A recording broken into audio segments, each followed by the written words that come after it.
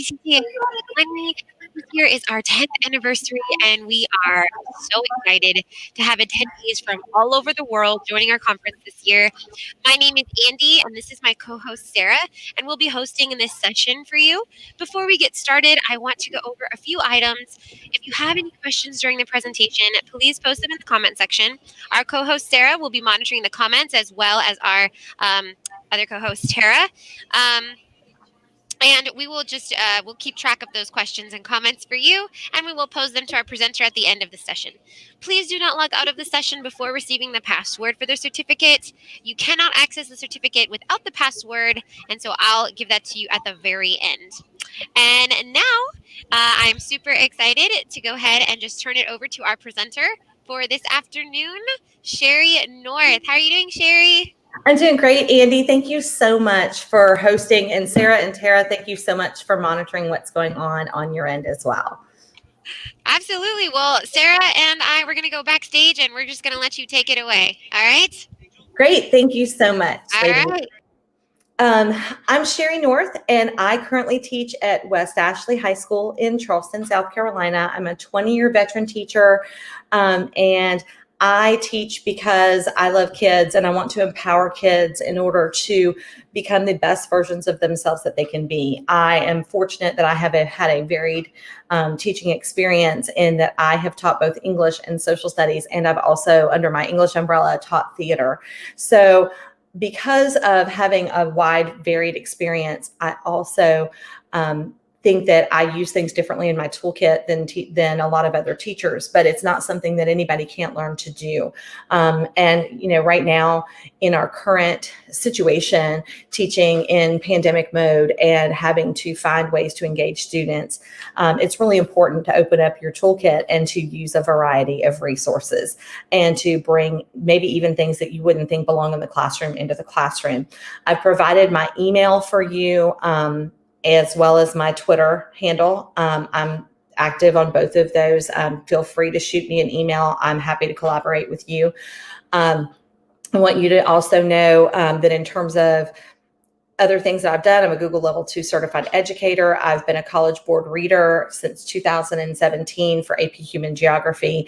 I'm fortunate that I am one of a two-person team that puts together the teacher-led PD session known as Night of the Roundtables at the AP Reading. And so it's one of those really great, powerful opportunities where we share with one another. And honestly, it's funny because it takes on a very EdCamp style. I have for you a QR code that you have access to the presentation, and there's also the bit.ly here as well. To give you the opportunity to access the presentation. I will also be uploading the presentation later today. So why Student EdCamp? Well, first of all, if you've never been to an EdCamp, you might not even know what a Student EdCamp would be. And an EdCamp is basically what we refer to as an unconference. And basically, it's not a conference where like this conference, you have a session board ahead of time, you know exactly who's going to present what sessions, and you know what the content's going to be in advance. The joy of an EdCamp is you really don't know what you're going to get until you get there. And so the great thing about an EdCamp is that you say, I want to learn this today. And other people show up saying, I'm willing to help people learn about this today. Well, a Student EdCamp takes that same form. So I have used Student EdCamp for review for my AP Human Geography exam, but it could be used for review for STAR. It could be used just for a fun break in the action. It can be used everything from elementary up to upper grades. When I first started seeing tweets about Student EdCamp and seeing posts on Facebook about Student EdCamp, most of them were elementary schools where kids came in on a Saturday, or there was an early release day that was extended, and students were allowed to, students learned about lizards, and students learned about karate, and they basically had conversations about these topics. But a Student EdCamp serves several functions for students in a classroom. The most important one to me is that it empowers them and helps them realize that they know stuff, because, when you ask a kid something and they, get the blank look on their face in the classroom, that can really be deflating to the students. But a student ed camp promotes collaboration. It improves interpersonal communication. It imbues confidence in students in what they know, or what they, or what they even need to know. And it creates ownership. So in terms of collaboration, the cool thing about an ed camp, at an ed camp setting, if you go to a professional ed camp as a teacher, the room is the expert. Well, in an ed camp for students, the table is the expert, or the section of the room that you've got them in is the expert. The other way that it promotes collaboration is they have interactive notes documents. And in those notes documents, they are sharing their learning with the other people at their table. But also it's there to share with the other students that couldn't attend that table or couldn't attend that day. It improves interpersonal communication. Small group discussions are huge, huge, huge sources of power for students. And students often take on both the leader and the participant role in their respective sessions. And that can shift throughout a session, which is fabulous. Each student contributes, whether orally or in the notes document. And y'all, I just realized I have looked at this presentation 45 times, and now I've got a typo that is going to drive me nuts that I'll fix before I share it out to you all officially. It imbues confidence. Students realize areas of strength that they didn't know that they had. It could be social, professional, or academic. Reluctant leaders also have a safe opportunity to try. We're doing a student ed camp when we've got students that say, I need to know about this topic, but we don't have a leader for that topic. I will go ahead and pull a kid aside who's just really good at asking questions, or who I know has a lot of questions about that topic. And I'll say, hey, I don't have a leader for this topic. I would love for you to help keep the conversation moving, because I know you feel like you don't know a lot about this subject, but A, I think you know more than you think you do. And B, I know you can ask questions and keep the conversation going. The fourth thing that it really does is it creates ownership. Students decided what they needed based on usually a diagnostic or something like that, but it could even be a reflection tool where you give them the standards and they highlight green, yellow, or red. Green, I've got it. Yellow, I am not sure. And red, holy cow, we learned that. I don't know, we learned that. So they decide what they need. They decide what they can lead. And they see gaps in their own achievement, but they do it at a table with other students where other students are struggling with those same things. But the most important reason to do a student ed camp is because it's fun, and it's something different, and it takes on a different kind of vibe than the daily classroom. This next slide is kind of interesting because it starts out with deciding on a space and booking it and making an event. Well, right now, when we decide on a space and book it, that space is probably going to be like this. It's probably going to be virtual. If you can do it in a space larger than your classroom, say your school library is big enough for your classes to go to, say the cafeteria is available during the school day at time periods other than the lunch period, finding a way to use a space that's not the classroom gives it an event feel and makes it really special for the kids. My students absolutely love it. And when my former students walk into the library when we're doing ed camp, they go, can we come? So that's really great. They have no benefit. It has no benefit to them. So, but can this be done virtually? Absolutely. You absolutely can set this up very similar to the way TCCA set this up through StreamYard. You can set it up in a Zoom with breakout rooms. Meet now is rolling out breakout rooms and things like that. So absolutely, this is something that you can do in the digital age. Now, the next part also becomes a little bit different in the digital, in our digital age and in our pandemic, things. But I think if we give something to a student and don't take it back, a lot of those things are okay. So throughout the course of the year, I seek out and collect prizes over time. The funniest thing about this is I did present this as a poster session at TCEA in February, and I made it a point to take a lot of time in the exhibit hall and collected, freebies, collected stickers and fidget items and content themed items that were available. But then I also supplement it with trips to the dollar store. And anytime I see something that's related to geography, I pull it.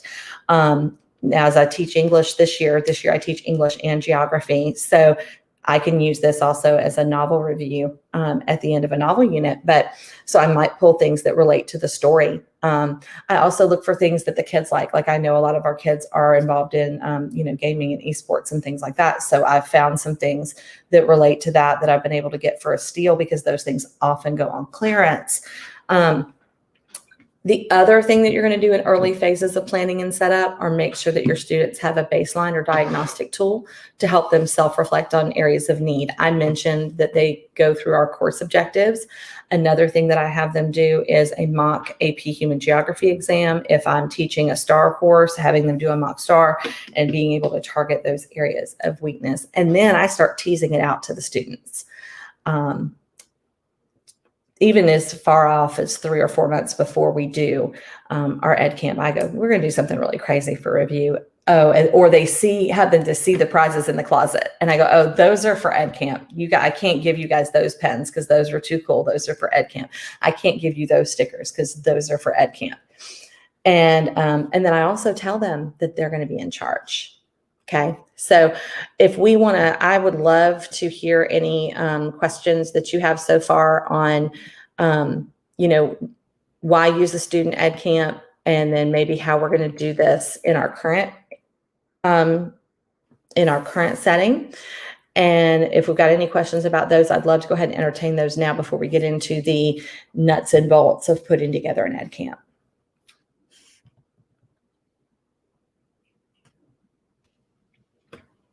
Hey, Shari, can you hear me? Yes, I can hear you. Awesome. Okay, so this sounds really, really cool. Now, you said that it's like the students choose the topics that they want. Is that correct? So do you have like a predetermined list of topics, or how exactly, or are you going to cover that later, or how? That's a great question. Because I've used it for AP Human Geography exam review, basically the course and exam description from College Board drives the topics. So what's great though, and Andy, I'm glad you asked, because what's great about it is I say I let the children choose the topics. Well, there's a whole unit on culture. So if the sticky note goes up and it says culture, I'm going to press down on that and go, what aspect of our culture unit do you want to focus on? Because culture is really broad. That could probably be 5 or 6 tables in this review. So let's make it let's narrow it down to, religions or language or ethnicity and identity. Now, if we're doing like a novel review, if we said character, like we were looking at it for the end of a unit in English course, if we're looking at, character analysis is different than the actual characters of the novel. Right. Or if they say character, that we know what they plan to do with that and go in that direction. So that sort of thing. And then helping them refine it. Because I've gotten all kinds of crazy sticky notes for this. I had a child at one point just put AP Human Geography on the board. And then I had another child who was really straightforward about what they needed help with, and they put life.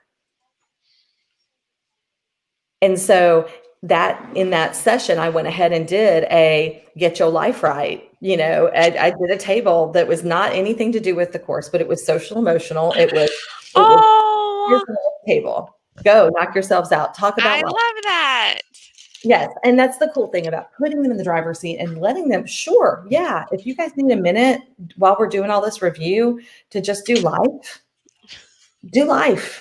knock yourself out. I love. I'm gonna bring our co-host Sarah up. She's got a question for you. I do. I have a question. Can you tell me more about the assessments that you do in the camp? Okay, so we're going to get to that as we go through. Like what we do for a diagnostic tool is different than what we're going to do throughout the EdCamp for assessment. One way that I assess the students during the Student EdCamp is literally walking around and observing. So in the virtual world, it would be popping into those breakout rooms and listening, just being the fly on the wall. And what's funny is as soon as I pop over, one of two things happens. Either they're so engrossed in the conversation, they don't realize that I'm there, or they stop and look for approval. And I go, and I'm like, y'all, I got to hear you talking. I got to hear you talking to know. So just keep the conversation going and we'll go from there. And then there are some things we do along the way in order to assess how they did with the review and what they're doing. So we're going to go into the logistics and I'll hit those assessments a little bit later on. Okay, and then another question that we had was, do you ever have the students help you with the planning in the early phases? Well, because actually they are a direct part of it, and that's what we're gonna get into next. The only thing that I plan is the logistics of the event. Is I collect prizes and I create a session board. I have had our student tech team at my prior school. At Lakeview, shout out to Lakeview Centennial High School and Garland ISD. They have an amazing student tech team. Their digital militia is amazing. I have had them create the template for the session board and the template for notes taking documents rather than doing those myself because they are very time consuming to create. Wow. Absolutely. Yeah. But I don't want to I don't want to do that, really have that be a part of what my students in class are doing because I really want the focus to be on content in that regard as far as the Student EdCamp. And I want it to be an event for them. So if they are doing the work for the event, it's no longer an event for them. It's something that they had to put time, effort, and energy into. So they're no longer guests. Now they're the conference coordinators, and that's not nearly.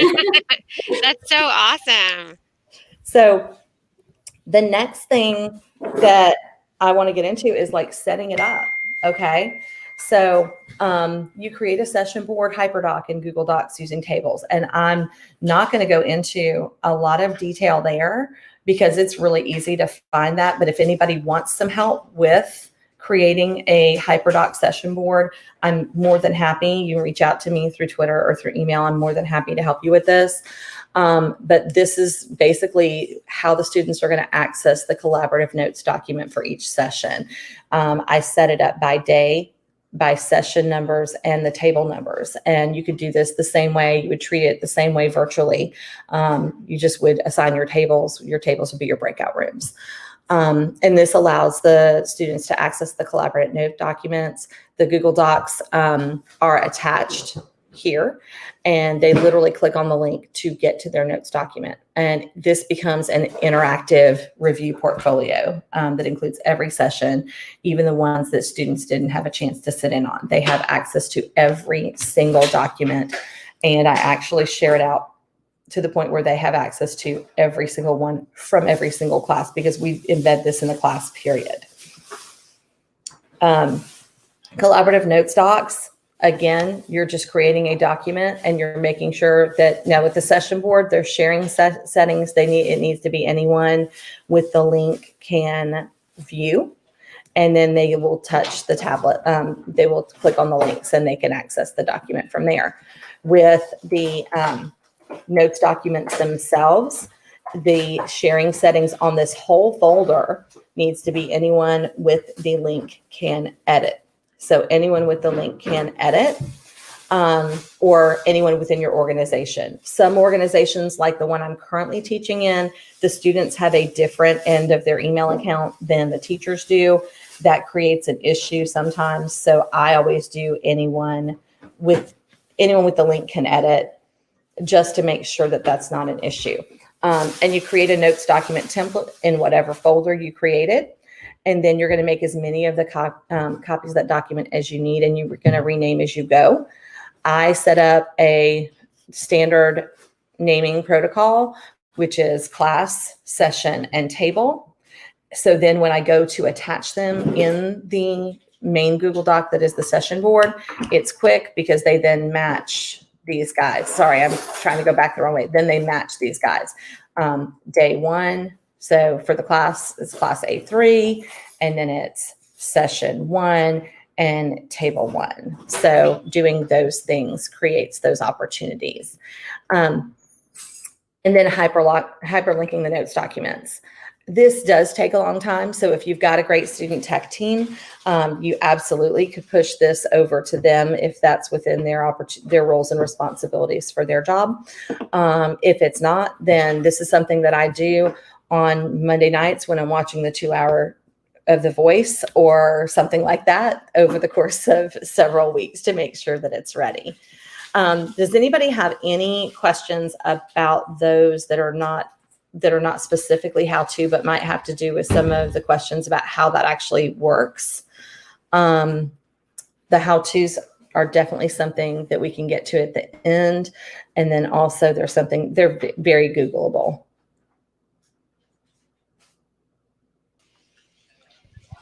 Hey, I think I'm going to show her comment here. We've got a librarian who's actually been wanting to put on an EdCamp for quite a while. I know. And so Miss Hunter or Mrs. Hunter, are you in HISD or AISD? Where are you at? If you could let us know.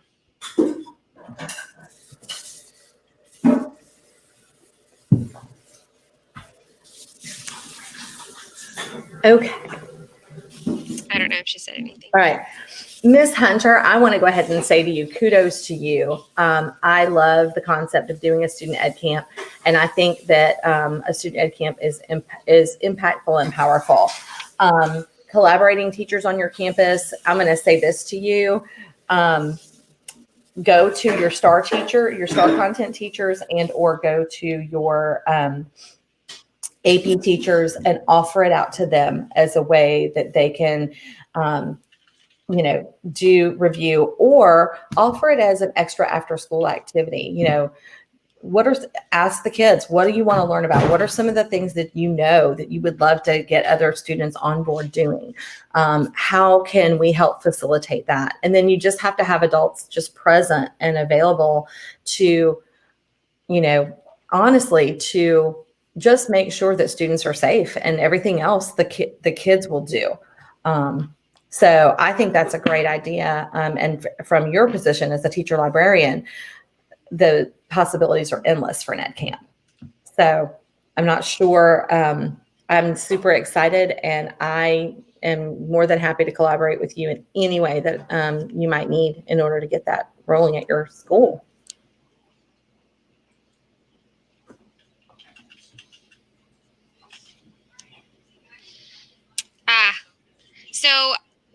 So in your experience, Shari, how did you create buy-in for the other teachers?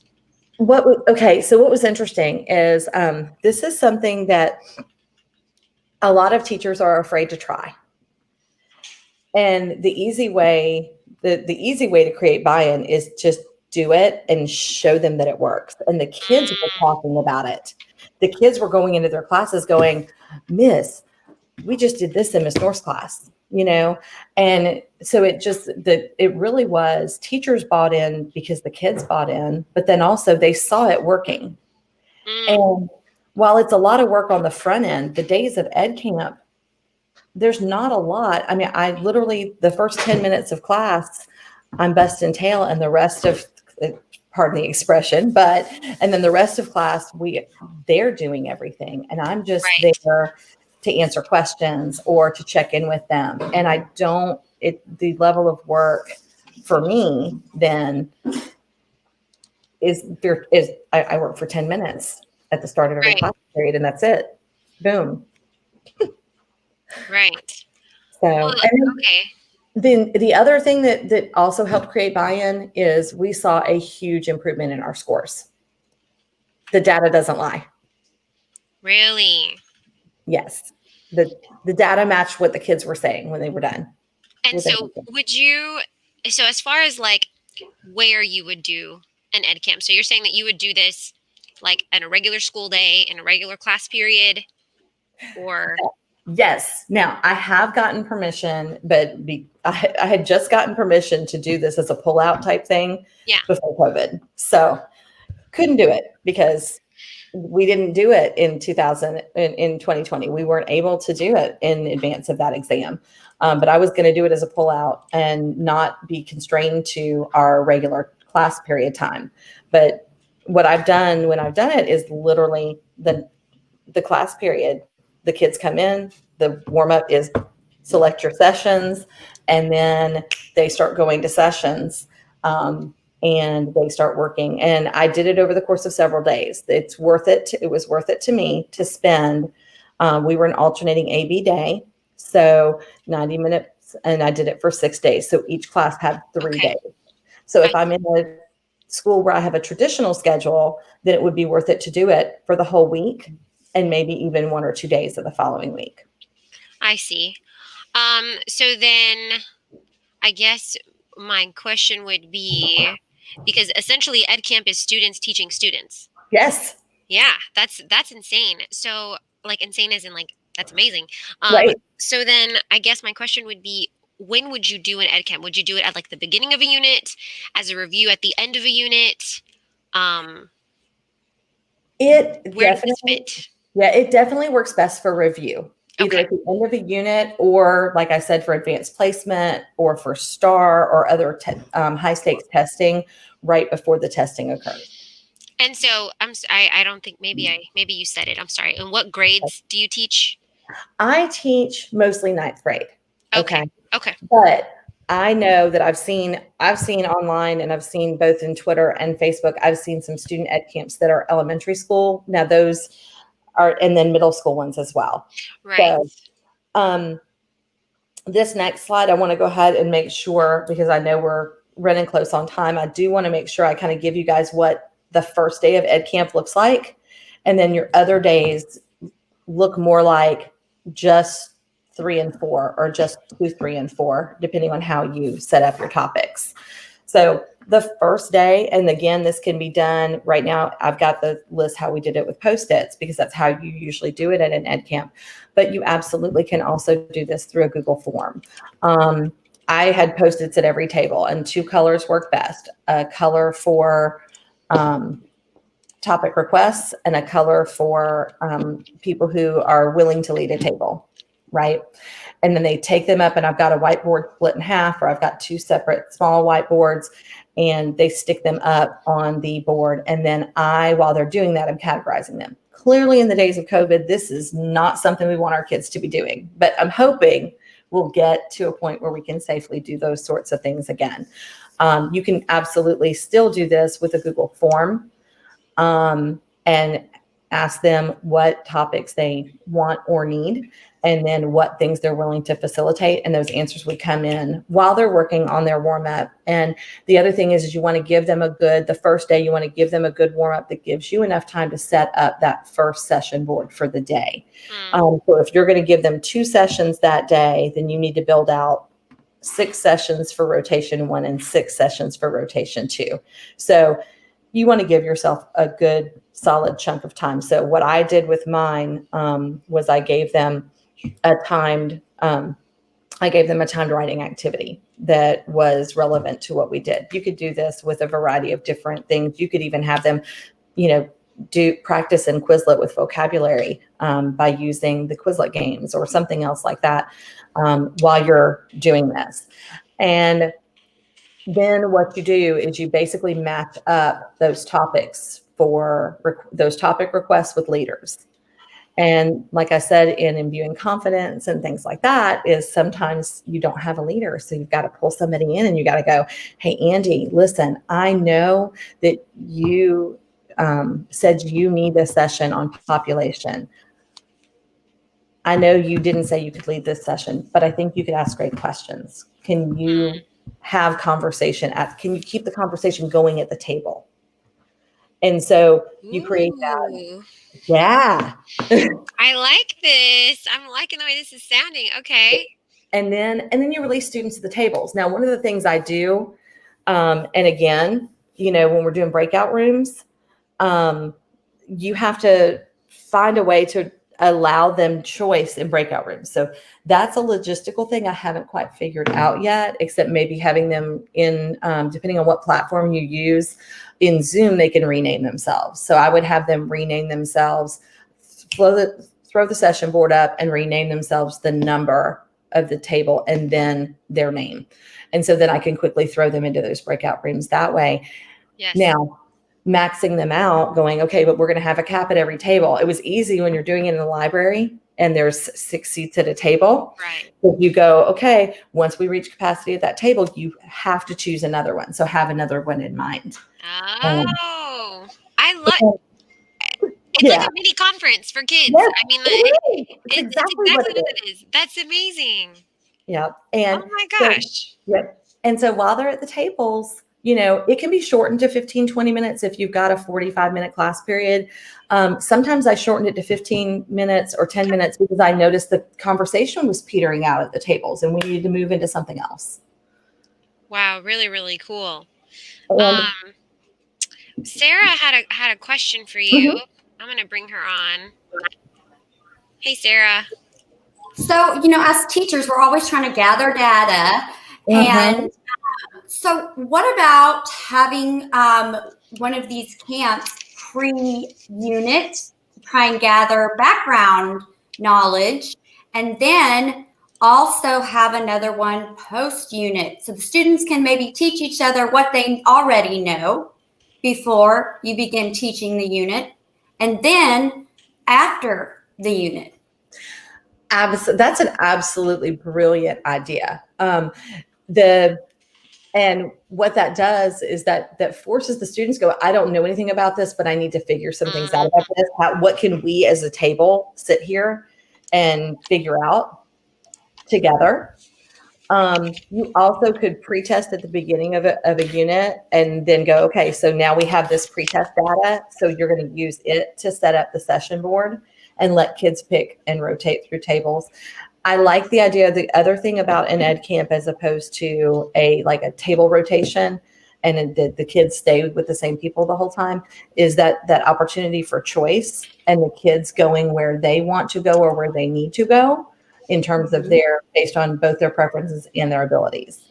And so you just have to monitor that though a little bit, because some of the kids will just want to hang with their friends. So one of the things I do when we're switching from session 2 to session 3, if we're in a public space, I go, okay, everybody get up and take a lap around the library or take a lap around the cafeteria. And you can't go directly to your next table. You have to take a quick lap. And it gets them up and moving too, which is great. And then in terms of data, stage 4 here, the giving an opportunity for daily feedback. Having kids record a Flipgrid where you ask them 3 questions. 1, what went well? 2, what went poorly? And 3, what was your aha moment? What was your takeaway? And then sometimes I'll do the Flipgrid on day 1 and I'll go, what didn't work? What was your takeaway? And if you had the opportunity to go to 3 tables tomorrow, what are they? So then that becomes my session board for the next day. I just have to have table leads for those. So that as the kids come in, instead of filling out 2 things, they're just filling out the 1 thing, just the table lead. Okay. Another thing is just doing a Google form with with actual survey questions. Yeah. If you're using Google Classroom as your platform, you can use the question feature. If you're using Google Classroom as your platform, you can do a private comment, but you can also do that in Canvas, which is what we're using this year, that they do a comment on that day's agenda. And so the possibilities, the ideas, and the ways that students can respond and give feedback each day are endless, but the data that you get back can be really rich. And you get data back daily if you give them something on the way out, some sort of exit ticket on the way out to complete. Yes. So good. And I want to share, so this is what the session board looks like when the topics are placed in it. And I like to put the topics in it and not just go by table, because then, like I said, when they've got this massive review document means something. If you didn't get to all the tables, you don't have to click through table 1, table 5, table 6 to know what was taught or what was talked about at that table. And so here we have a student sample. This was literally state morphology, which is no longer in the CED for a human geography, but it's good to know. Shapes of states. And so the students even included some pictures. They went and made sure that they included some pictures. Now, I did ask them, and at the end of the document, I did ask them if they pull in anything from another source, that they need to cite those sources, even if it's just a list of the URLs, if it's web-based, at the end of the notes document, so that other students can click on those and refer back to those sources, because there might be even more there that a student might need. Yeah. So this is what they're taking notes in as they go. And some of them are just factual, just knowledge level, but sometimes you get some super awesome insight in there as well. And some of your kiddos who don't really talk at the table are there. They're the ones that are just going, and this is this, and that is that. And they're just going to town in the notes document and creating a really great review notes opportunity. Here's some of the feedback. We did Flipgrid, and these children have already graduated, and I have all of their permissions. And then it was interesting, because when I went to think about how do I want to get feedback for this, do I just purely want academic feedback, or do I want logistical conference feedback as well? And so, because I know that the wheel often needs to be, taken off and scrubbed. It might need to be reinflated. It might need a platform. I went ahead and I actually went to an event feedback template and then added content related information to it. This link down here also gives you access to a copy of actual student feedback. So you can feel free to click on that. I actually shared some of that here. It was really interesting. Now, and of course, I just copied and pasted it directly from the thing. So I learned a lot from my peers, and I'm glad we learned a lot from, so that literally the kid copied and pasted their own, but I'm glad we got to do this. So it was good, better than I expected it to be. This is definitely the most helpful event for me, at least, that we've done all year. It brought out knowledge I didn't even think I had. That's the magic. That's the magic right there. Yeah. I hope that everyone had a chance to say something in a small group rather than in class, because in class, sometimes it is hard. Some kids don't get heard, and that's not necessarily the fault of the teacher or the fault of the other students or the fault of that student. It just happens. I enjoyed EdCamp because it gave me a chance to seriously discuss with my classmates. I love that they put seriously, because it matters whether you're doing it with intent and with purpose or not. It was fun, and I learned things. I feel more prepared, but this was my favorite comment, and that's why it's the biggest one. I had fun. Yay. I had fun. And so if a kid's having fun while they're learning, we know what that serotonin and dopamine do in the brain. And so, yes, it's magic. Yep. So what questions do you have? My questions going into Student EdCamp is, what if it flops? I'm always afraid that I'm going to have egg on my face. So all of these quotes are quotes about failure. So I decided that was my biggest thing. But what questions do you all have about Student EdCamp? Because that's where we're at. I think, so you said that in order to do this, I'm assuming that you would have to know your students. In order to do this in a classroom setting, you would have to know your students pretty well if you're going to run this, content related, right? Like, you would have to know, okay, who are the kids that know this standard? Who are the students that could be your good conversationalists? Or what are you, because, I'm thinking back into my class, like, okay, in my classroom, I taught GT, and it's like, I have my really, really smart, advanced kids who master it, but they're also very shy. But then I have those kids who are just the life of the party personality. Let me teach you something, even though I don't really exactly know what it is, but I'm going to make you think that I know what I'm talking about. So it's it's almost, how do you navigate through the different, personalities? That's the joy of EdCamp, is it does it itself. And you say you have to know your students, and you do, but the joy of EdCamp is that you don't end up with the people who are the natural leaders leading every table and facilitating at every table. You don't have the big personalities being the voice, because the table is the expert. And I really stress that to the kids. I know you think if you sit at the table with Shari, she's got all the answers because she knows this. She's been doing this. She's done this a million times and she gets it. But Shari's going to sit at that table and realize that there are things that other people have thought about that she hasn't thought about yet. Or there are gaps in her knowledge that she thought she got it, but somebody else really got it. I love that. Yeah. And then I do have a teacher. Oh, hold on. Let me read this real quick. Oh, okay. Velda, I am just loving your presence here in this chat and in this session. But Velda, I'm going to interrupt, Andy. Yes, Velda, I can't wait to get to know you. I cannot wait to collaborate with you. I know that you and I are going to be in touch by email, Twitter, whatever, and we are going to get that ed camp to happen at your school, and I can't wait to help you with it. I'm really excited for that. Velda, I hope you go follow her on Twitter, and yeah, follow me on Twitter. I want to talk to you too. You sound cool. I guess a question, what about for the littles? Is EdCamp something that can be done with the primaries? Oh my gosh, yes. Okay.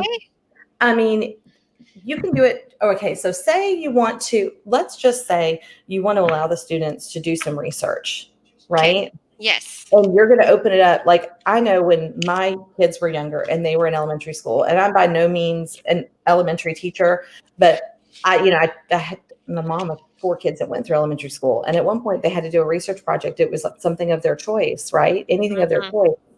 Well, this would be a great way for them to brainstorm. What do they want to do their stuff on? Let's talk about some stuff. Let's talk about some research topics. Well, what are some things you guys want to learn about? So get your feet wet by doing the preview as an ed camp, right? Let's brainstorm some ideas about what would be some things that we could do this on by saying, hey, what do you guys want to learn about? And putting those sticky notes up or filling that out in a Google form, because even, kinders can fill out a Google form, right? And then also, so who's somebody in here who knows something about that?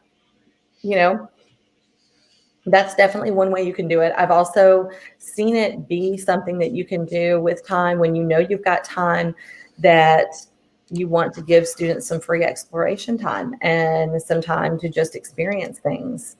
And especially with COVID, with having to limit some of the types of interactive things that we do with centers and things like that, maybe doing something ed camp style with our elementary age kids and letting them do this sort of discussion with their devices in their hands. They may not, their notes documents you might not have that notes document component. You might back off of that and do more popping around from group to group and just monitoring the conversations. But it's interesting because I was scrolling through Twitter earlier this week, and a teacher said that they give their kids time to just talk about things once a week. Just, let's just chat about something, and they can chat about whatever they want. And usually it's like video games or something like that. Well, the kids said, I want to talk about these things I'm hearing about people hating other people.